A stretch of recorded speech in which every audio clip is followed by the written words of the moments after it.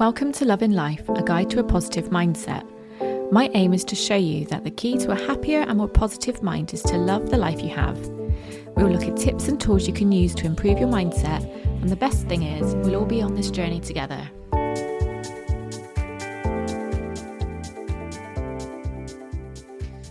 Welcome everybody to episode 26 of Love in Life. Episode 26. My God, this is such a significant episode. Before I go into why, I just need to tell you that this week I've decided to change where I'm recording for some reason. I've decided to go in the living room. You might have seen this on my Instagram stories yesterday. But it does mean that I'm sat on the sofa, and it does mean that Hugo's snuggled up next to me. So you are going to hear him snoring, I'm afraid. There's no way around it. So I do apologise. If he gets too loud, I'll try and move him away. But it's just tight, isn't it?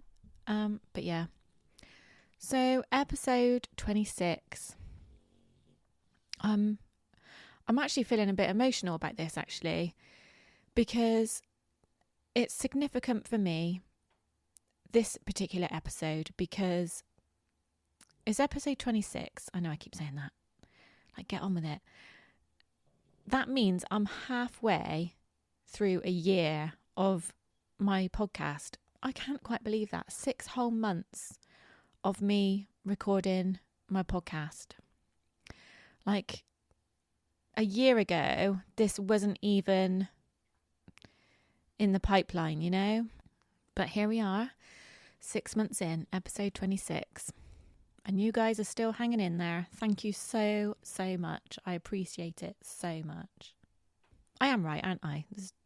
26 weeks is half a year. I'm pretty sure it is. Okay, and it also happens to be the 21st of December, which happens to be the Winter Solstice. It also happens to be the very day that I'm delivering my last ever wedding cake. It also happens to be the last episode before Christmas.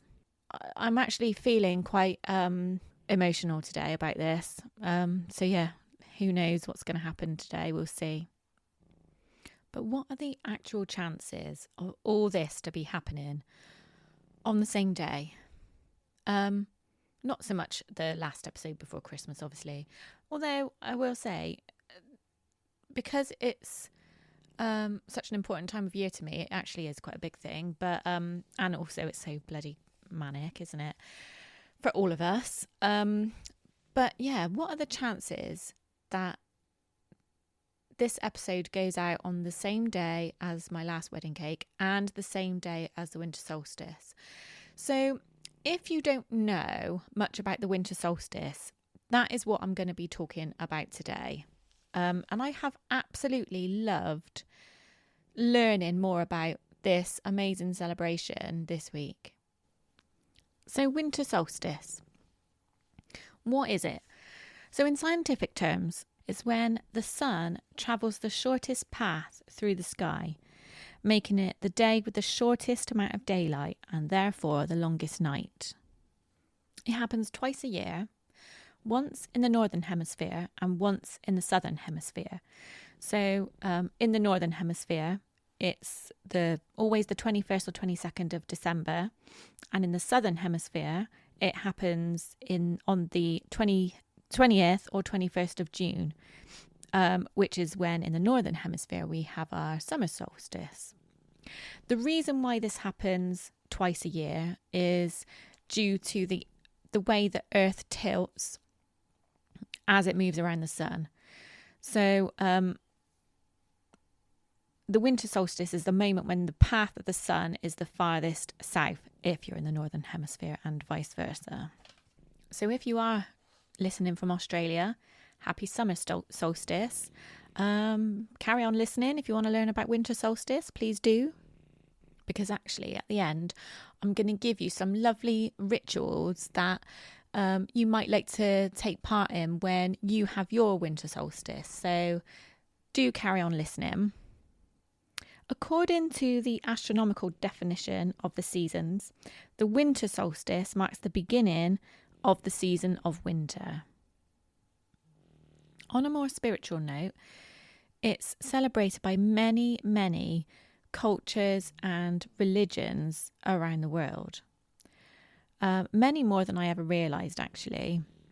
Like for me, I've only ever known it as, until a couple of years ago, I've only ever really known it as, the shortest day of the year. And that's it, really. It's only a couple of years ago I actually started realising that there is more to it. And it's only since I've been connecting with my more spiritual side, which, like I said, has only been in the last couple of years, I actually realise there's a lot more to it. So in Iran, the winter solstice is known as Yalda night. And I'm so sorry if I've pronounced that wrong, if you're Iranian. But it's known to be the longest and darkest night of the year, which obviously we already know. It's viewed traditionally as the victory of light over dark. So obviously once that day passes, the days become longer. So it's the victory of light over dark. Families celebrate with special foods and some stay awake all night to welcome the morning sun. I love the thought of that. Maybe not staying up all night. I don't do well staying up all night, but certainly waking up to see the morning sun. In China, an important festival on the calendar is the arrival of winter, which is what they know the winter solstice as. Obviously, there's a Chinese pronunciation of that, which I'm not going to attempt. But the family get together and celebrate the year they have had. There's Shalako, which is a celebration of the Zuni people who originated in New Mexico. Is also celebrated on the winter solstice. And you've also got Midwinter Day in Antarctica. So there are so many traditions, cultures and traditions that celebrate this day. Far too many to mention, to be honest with you. But they all seem to celebrate the rebirth of the sun, returning to longer daylight hours. But the celebration I'd like to focus on today is that of the pagan celebration of Yule, which is what the winter solstice is known as. It's one of the oldest known celebrations. It represents death and rebirth. When the sun dies on the winter solstice, on the 21st of December, on the shortest day of the year, it's then reborn. So we have two ways of celebrating here, two things to celebrate. We are celebrating death, stillness, and darkness. But then we're also celebrating the rebirth, the days getting longer, the end of the darkness. I'm going to read you now an extract that I found in a lovely article that I've used from my research. And it says that in winter, everything lies dormant in the silent earth. It's a sacred time of rest and reflection before the awakening and the slow build towards brighter days. And I'll put a link to that article in my show notes, actually, because it really is such a beautiful piece to learn more about the winter solstice. But it's basically saying that a great way to use our energy in the winter is by going within, by looking inside ourselves and understanding our deep and dark thoughts, our shadows. For those few days around the winter solstice, allow yourself to be in the shadows, allow yourself to be in the dark, and let it show you what you need to let go of, so as you know what you're ready to welcome in. So I have trawled the internet for different ways that we can celebrate the winter solstice, and a lot of these are based on pagan beliefs, and pagans basically worship Mother Nature. They believe that nature is sacred and that the natural cycles of birth, growth, and death observed in the world around us carry spiritual meanings. So a lot of the celebrations that I have found do revolve around nature and also being grateful for the old and welcoming the new. So the first one is to make a solstice fire. And not only does this represent light in the dark, but you can also use this fire to do a ritual. So you can take get some small scraps of paper ready and write down things that you'd like to let go of. And then when you're done, throw them into the fire. And by throwing them into the fire, not only are you letting go of them, but you're also representing transforming darkness into light. The second way to celebrate the winter solstice is to watch the sunset. So on the day of the solstice, the overwhelming feeling when you intentionally take time to watch either the sunrise or the sunset is so powerful. But on this particular day, focus on the fact that from the following day, the days will be longer. It's the rebirth of the sun. That also what that represents to you, a rebirth of whatever new intentions you want for your future. Setting intentions on the winter solstice is a great way to do this due to the new beginning that it represents. A third way to celebrate, and at the moment I'm focusing on celebrating the darkness. So the third way to celebrate is to be still, which I've talked to you about before when I talk about meditating, but allow some time and allow the energy shift to flow through you. Just let your mind empty and your breathing deepen. And if you can do this outside, then you'll be able to connect with nature as well. And you don't have to think about anything. Just be. Just be in your surroundings. Soak in your surroundings. Feel the energy from your surroundings. So let your energy slow down on the days over the winter solstice. And also bear in mind that we have the new moon on the 23rd of December. So if you do find yourself low in energy, then this is no coincidence. And let the two coincide together. So you've got the low energy from the moon, but you've also got the darkness from the winter solstice as well. Focus on your shadow self. Don't fear your own darkness. When we understand what we're afraid of, when we understand our dark thoughts, I don't like the term dark thoughts, but you know what I mean. Like by dark thoughts, I mean our limiting beliefs. Understand them, understand where they're coming from, and let them show you the way. Let them show you the work you need to do for personal growth. Another ritual that I have found and love the idea of is to have a technology-free day. Spend time with the family on solstice activities, and I'll share some more of those with you in a minute. But being reflective and grateful together. And I definitely think that this is something that I'm going to do with my family this year, actually. I haven't told them yet, so be warned, guys. But yeah, on the evening, I think I'm going to make Craig and the boys join in a winter solstice, why can't I say that word? Solstice celebration or ritual with me. And I love the thought of, telling each other what we're all grateful for. What an amazing ritual to introduce my teenage and preteen boys to. Because in this day and age, there's probably not many who know how to be truly grateful. if we're completely honest. So some other celebrations that I've found, which are more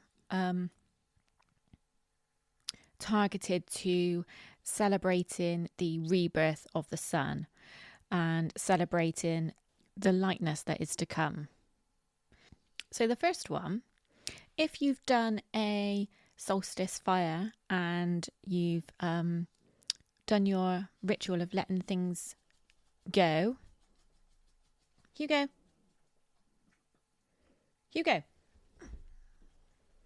sorry about that, literally the most annoying dog ever, bloody chewing his paws. Right, I'm back. Sorry about that. So if you've done your letting go ritual, then you can follow that with intention setting for the new season ahead. So you can take it in turns to speak aloud an idea, a habit, or a practice that you'd like to bring into your life. Say it out loud with intention. Obviously, you can do that without having made a solstice fire as well. Another pagan solstice ritual is to make a wreath.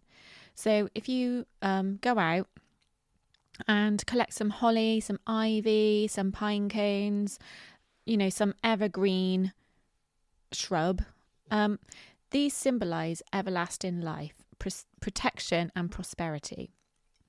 And you can use these to make table decorations, wreaths, as a symbol of gratitude for life and for the cycle of life. Another lovely way to celebrate is to sit in candlelight. So you can create your own festival of light, as it were, as a celebration of the return of the light. You could fill your house with candles or fairy lights. Just turn the main lights off. Obviously, most of us have got Christmas trees up at the moment. Sit in the light of the Christmas tree or the candles. Find other ways to celebrate the light as well. So why not take the family out for a walk? Go out for a walk in the evening and look at all the lovely festive lights in your neighbourhood. Or I used to love it when my parents used to put us in the car and we used to go and drive around all the sort of affluent areas, and they would have all their beautiful Christmas lights up, and we would just love looking at all the different ways that that people have decorated their houses for the festive season. And that's the lovely thing about this, I think, is you don't necessarily have to be religious or be a Christian to find ways to celebrate at this time of the year, because so many traditions, as we've seen, celebrate this time of year as the winter solstice, and celebration of light is one of those ways of celebrating. So this is something that connects us all. Another great one, but to be honest with you, I saved this until after Christmas for obvious reasons, but it's to have a clear out and make space for new. I mean, if you've got time to do that before Christmas, then fucking fair play to you. I haven't. I wish I did. But making space for new energy. So the energy shifts on this day, and it's a perfect day to have a reflective cleanse of the home. But, whilst the energy does shift on the days following the winter solstice, I think anytime you have a clear out with intention, does release energy and does allow space for new energy. So getting rid of items that you no longer need allows the space and energy for the new. And this is something that actually is celebrated in so many different cultures and traditions. I love the idea of going for a solstice walk.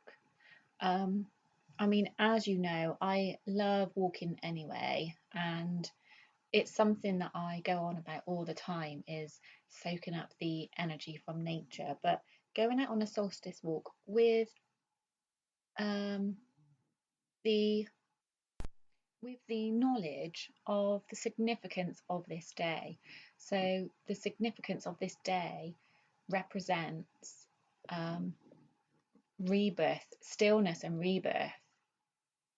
Everything is going into winter mode, which then allows for everything to wake up again. And to go out on an intentional winter solstice walk, excuse me, would help you to be grateful for nature and to give thanks for the cycles that nature has a massive part in our lives. For fuck's sake, I'm not going to lie, I had no idea that my microphone wasn't working then. I have no idea how long it hasn't been working for. So I do apologise about the sound quality, and I'm not going to lie, I can't be fucked to go back and record it all. So yeah, sorry about that. I think I'll stick to my my office next time for recording. Right, so the next thing on my list is to make a gratitude tree. So on your walk, when you go out on your solstice walk, find a fallen branch and bring it home with you. Place it in a vase on the table, and it can be decorated with like paints or glitter or left natural. You could even decorate it with a few little fairy lights, but cut out little heart-shaped or star-shaped pieces of paper, and in your family, each of you write something that you're grateful for. I just love the idea of doing this. So yeah, that's another thing that we're going to be doing. And it also ties in as well with the making a wreath. Obviously, it's celebrating the fallen. It's celebrating the death of the fallen branch and giving it a second life, giving it a rebirth. So there we go. I hope you've got some lovely ideas of some ways that you can celebrate the winter solstice. Even if you're not necessarily spiritual, or you certainly don't have to be a pagan. There's so many different cultures that celebrate this time of year in so many different ways, so many different places. And in each of those, it's a time to honour both the light and darkness that sits in each of us.